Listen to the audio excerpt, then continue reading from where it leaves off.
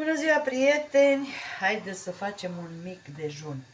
Am oamenii la muncă și eu tot timpul când vin de dimineață ei, atunci le fac ceva pentru mic dejun. Eu acum o să pun, am lipii din astea. Așa. O să unc cu brânză din asta ce am făcut eu.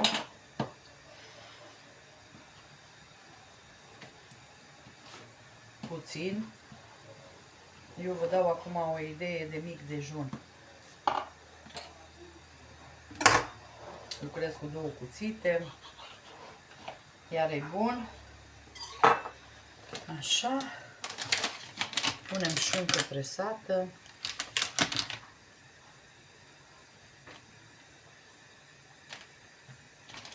Punem salam din asta uscat puțin ca să aibă gust.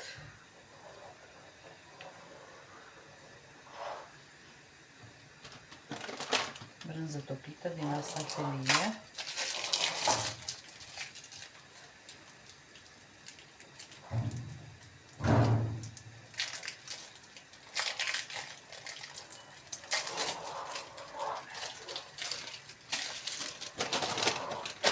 Cașcaval și puțin.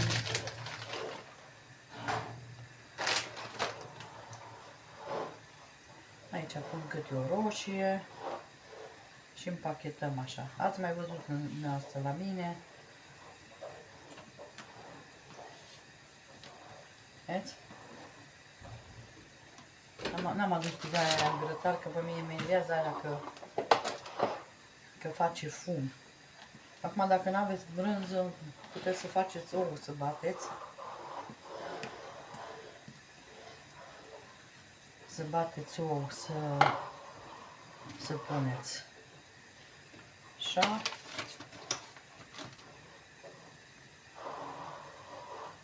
Salamuri. Mai bine și soțul acasă și atunci mănâncă și el cu oamenii.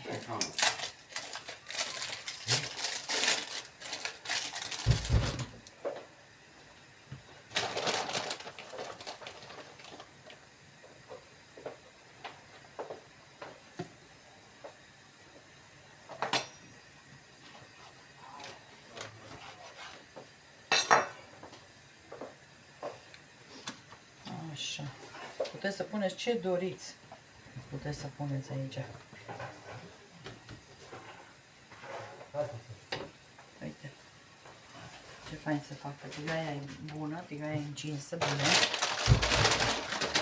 Eu încerc să le fac astea toate, să nu mai îmi rămână pe aici.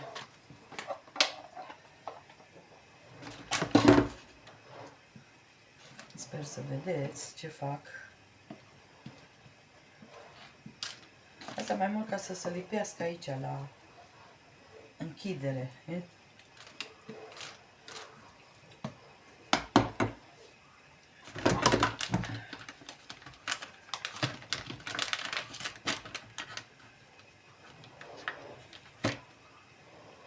Așa. Salamuri. Mie îmi place să am acasă tot timpul în congelator, așa, salamuri.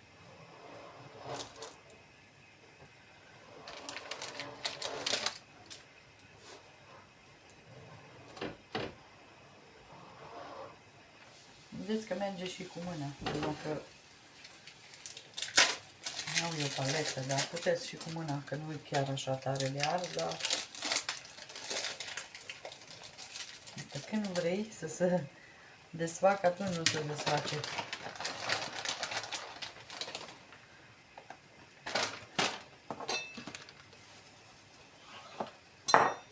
Uite așa. Și are fiecare câte o gustărică.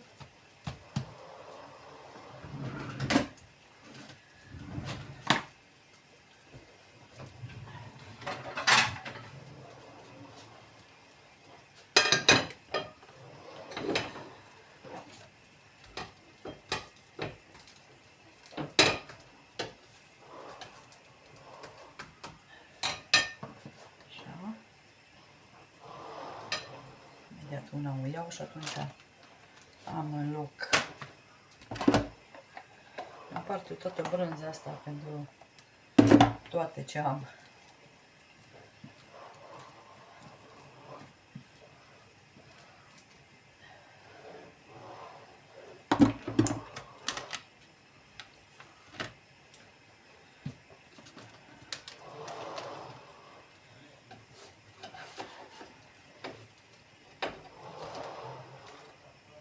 Le las mai prăjite că astea sunt mai groase și să nu fie, să se moaie, mai bine zis, ca lumea.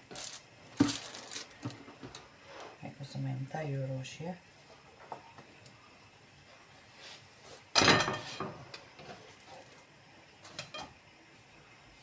Asta e foarte bună. Mai bine să le faceți, dacă aveți tigaie bună, ca să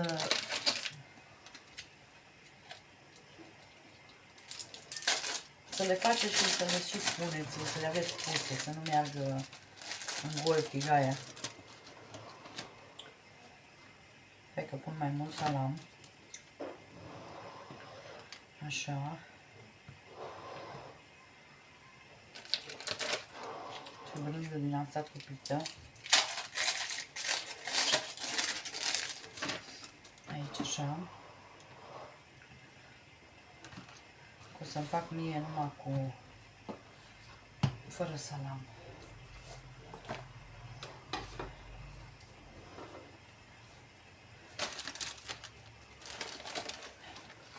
Cine a înființat astea, să le dea Dumnezeu sănătate, că ai mâncat una din asta, nici nu mai trebuie altceva. Până pe la 2-3. Deci ce consistente sunt. Dacă n-ați încercat, să încercați, că nu să vă pară rău.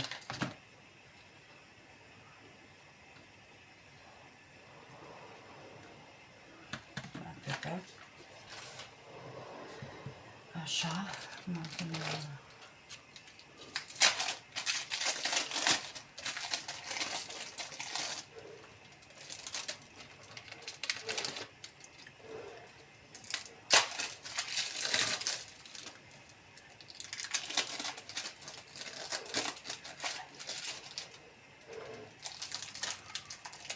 enervează când se desface așa. Așa.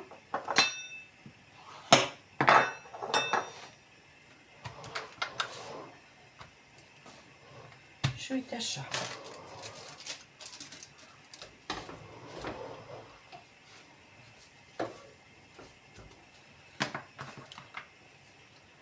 Asta nu pun până... Așa cum ultima. Cine face parte își face, nu? Așa-i, zic ăla.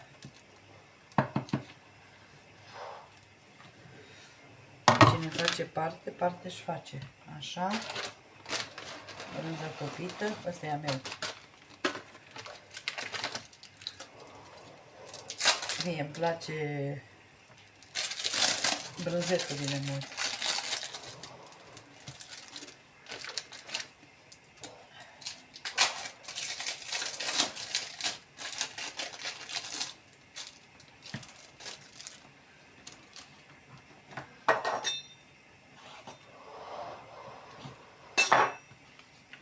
Uite așa. Așa. Și așa. Bun, haideți să vedem acum aici ce se întâmplă. Las așa câte două, ca să se... Uite ce fainez. O să le tai unul, două, să vedeți cum e.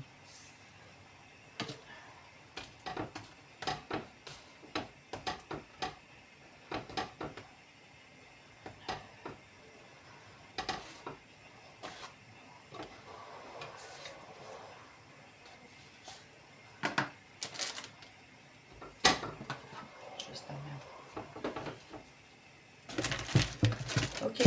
că le fac și după aia vă arăt.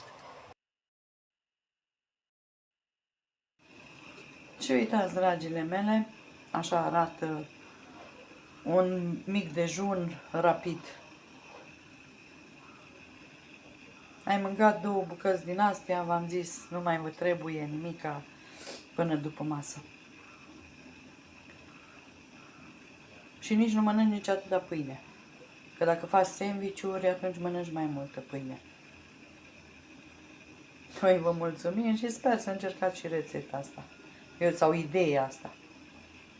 O zi minunată vă dorim. Bye, bye!